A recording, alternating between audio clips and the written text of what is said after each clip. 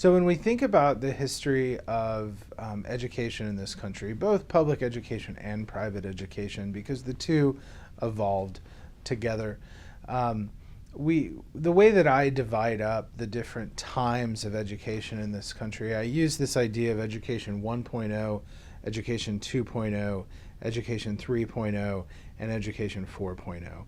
In education 1.0, we're talking about education in an agrarian society.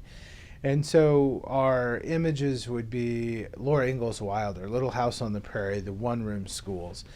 And these were the schools that were developed when our country was sparsely populated across the rural areas of the country. Before the year 1900, 94% of families in America were directly involved in agriculture production. And that means that the things that that family was doing day in and day out directly related to the food on their plates throughout the year. And so the schooling that was necessary for those folks was that one room school, that community school that they could go to that was governed locally by a group of community members to respond to the needs of that particular community. We shift from what I call 1.0 to 2.0 because of the Industrial Revolution. Families started moving away from the countryside and into the cities as mechanized labor resulted in jobs. And a different kind of schooling was necessary in this period of time. We think about lots of kids living in a more population dense area without hard manual labor to do every day. And so, as much as anything, as we pass laws related to child labor and compulsory attendance in schools, school attendance becomes a way to occupy students throughout the day.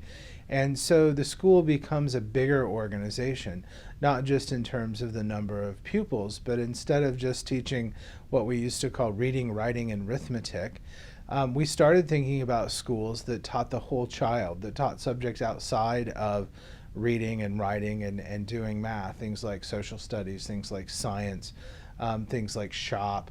The bigger curriculum began to develop in this education 2.0. That period really lasts until a post-World War II America where we begin to see the rise of the suburbs. And so again, the population has shifted. I refer to this as education 3.0.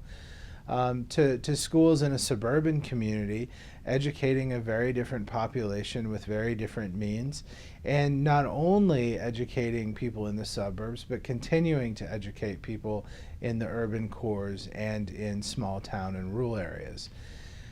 The suburbanization is marked with our Brown versus Board of Education was decided as a part of the suburbanization or Education 3.0 movement.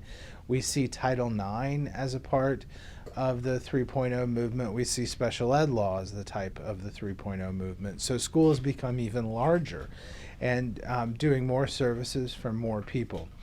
The shift to Education 4.0, I think we're really living in the middle of right now, and this is schooling in the digital age, which has radically altered how school has happened. It's taken a long time to get from when I went to kindergarten in 1980, having two computers in the classroom, until about 20 years later when we could talk about computers being deeply integrated into instructional technologies and instructional resources. But today, more than ever, technology is impacting how we do school.